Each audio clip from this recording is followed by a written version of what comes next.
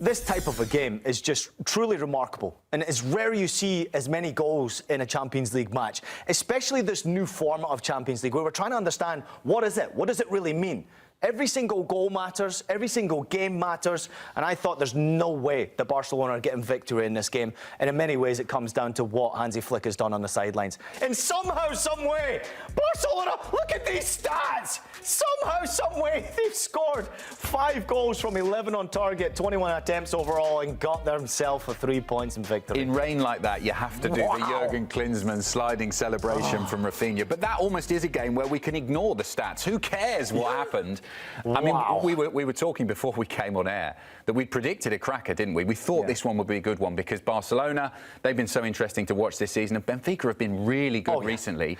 And who knows who was going to win, even up to 95 minutes. Yeah, nobody knew. I mean, this game just had absolutely everything what the Champions League is all about. It had goals. Obviously, it had drama from the beginning to the end. We were seconds into the game. We got the opening goal. We were seconds away from the end, expecting a draw. We got a winning goal. This is what we live for in Champions League football, and expect the unexpected once again. You go to Benfica thinking you can try and get that victory easily. It's never going to be the case. But this is the beauty of what we've just witnessed. It's hard not to love the game when you see an absolute classic like that. How much of a statement victory in the end and performance was this from Barcelona? What did we learn about this team and this season as a whole with the way that they came back? And they didn't just get a draw. They'd have been happy with a point, you'd think. Yeah. But no, they wanted 3.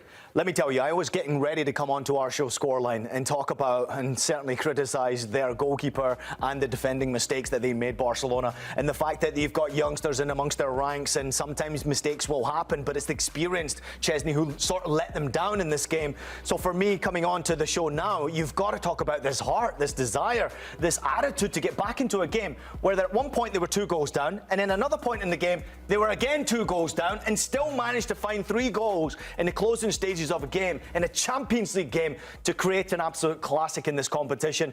It's amazing to me. I mean, this team has never say die attitude. They look tired for large parts of this game. They clearly made mental errors and physical errors. I mean, the collision from Szczęsny on Balde for the second goal was absolutely inexcusable. It's terrible defending, and Szczęsny is a weak link along that Barcelona backline. But there were many disappointing performances out there in a Barcelona jersey. But how can you talk about that?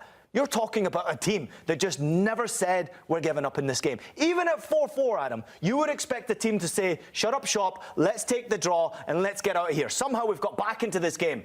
Not the Barcelona way. To come back and win that game, instant classic of a Champions League game, an instant performance in a classic jersey for Barcelona again in this competition. It's class. And for as much as there was poor, shoddy work at the back and from the goalkeeper, we'll talk about that a bit more in a second. Going forward, I mean, you and I have spoken so many times about this really interesting, enlightening attacking trio that they've got: Raphinha, Robert Lewandowski and Lamine Yamal. I know Yamal didn't get on the score sheet, but he was heavily involved, wasn't he, winning that penalty. And when these 3 are playing well and fit and enjoying their football, which they clearly are in this game, they can almost dig themselves out of any hole. It's truly amazing what they've actually done. Obviously, they're keeping this team in contention in every single game that they've got, and it's great to think that Yamal is still so young. He's only 17 years old. Managed to have an impact in this game, but I look at the experience, boys. Obviously, Lewandowski with his penalty kicks. I mean, the highest conversion rate for penalty kicks in Champions League now, which is quite remarkable to say, and he's wonderful to watch score goals, and I don't think I'll ever get tired of watching him play football, even if it's just penalty kick goals that he's scoring at this moment in time. We got to talk about Raphinha. I mean, this is a completely different player than what we've witnessed play even for Leeds United.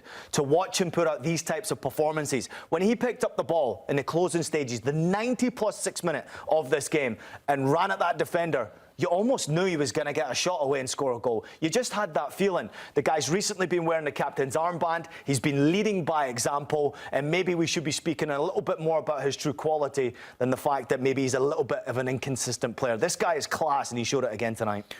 Let's talk about Hansi Flick, because sometimes for me it feels like at Barcelona, with all of the stuff that's going on off the field, that he's kind of like spinning plates. He's got so many things to look after in terms of the team that he puts out on the pitch, but also all of the rest of it that continues to go on around the club, all of the noise that can sometimes distract fans, players, even the manager. How much credit do you think he's due because of the way that he's been able to keep this team focused on performing on the pitch, just ignore all of the rubbish that's going on around the club. It's truly fabulous what he has done. I mean, if you look at his win percentage rate in the Champions League, he has an 88% win percentage rate of any manager who's coached in Champions League history. 88% of the games he's winning, and he's finding ways to win games. I don't necessarily know that he knew much about how this game was going to end, because his team obviously were 4-2 down, and no manager, I would imagine, can have that feeling we can still get back into this game and win it. Yeah, sure, if you get 4-3, you've got a chance. Then you maybe start to believe. 4-4, you think, okay, what do we do here? Do we defend and go forward? But the mentality from Hansi Flick has always been to try and entertain, always been to try and attack. Quite ridiculous. I mean, this type of a game is just truly remarkable, and it's rare you see as many goals in a Champions League match, especially this new format of Champions League, where we're trying to understand, what is it? What does it really mean? Every single goal matters, every single game matters, and I thought there's no way that Barcelona are getting victory in this game, and in many ways it comes down to what Hansi Flick has done on the sidelines. They started 2 17-year-olds in the starting 11 today. It's ridiculous the performance he's still getting out there. And I know we probably could have been coming on here talking about how poor they've been, Barcelona, but yet they won the game. So we've got to talk about the positives from Barcelona some more. For all of the exciting youth, they have got one experienced player particularly who kind of tried to let them down, really. Wojciech Szczęsny, he was not going to be watching those highlights in a hurry. I mean, he basically retired, hadn't he? Yeah. I understand that bringing a player back from retirement, because of the experience that he had, there was an element that you could understand that. I think we spoke about it on the show. Yeah. I get it. You know, this guy's played in the Champions League for a long, long time. He's played at the biggest clubs all around Europe. But for all of that experience, you are also bringing back someone who hasn't played at that level for a little while. And do you think that showed tonight?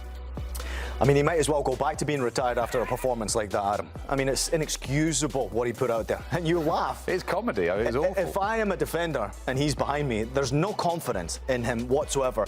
Clearly, he looks unhealthy, unfit, I would say, not unhealthy, but unfit. He's not match sharp. That's clearly evident as well. He came back and he played in the Copa del Rey. He's obviously gone out and put a performance against Athletic Club Bilbao in Supercopa. Then in the next game in Super Cup, he got sent off in that game. So he's made a big mistake there, where he came off of his line and outside of his box to get sent off. And then this type of a performance after missing out on the weekend, he was on a bench at the weekend. So to see this type of a performance, I mean, it's really concerning to me. I mean, Barcelona have obviously brought him in for his experience, and he's gone in the other direction. He's not bringing any confidence to that back line, which needs it right now. I mean, you've got a 17-year-old playing in that back line. You've got a 21-year-old left back. You've got to bring some sort of experience and make sure that you calm moments down. This guy's making it a little bit too electric for me. So very vulnerable, very, very inexcusable performance from Wojciech Szczęsny. And I'll be very surprised. I'm going to throw it out there. I understand there's a respect that we have to show to experienced players, and Barcelona went down this route because of financial issues that they're going through. But I'll be very surprised if they continue to go down this route if he keeps on making mistakes like that. It's nowhere near good enough.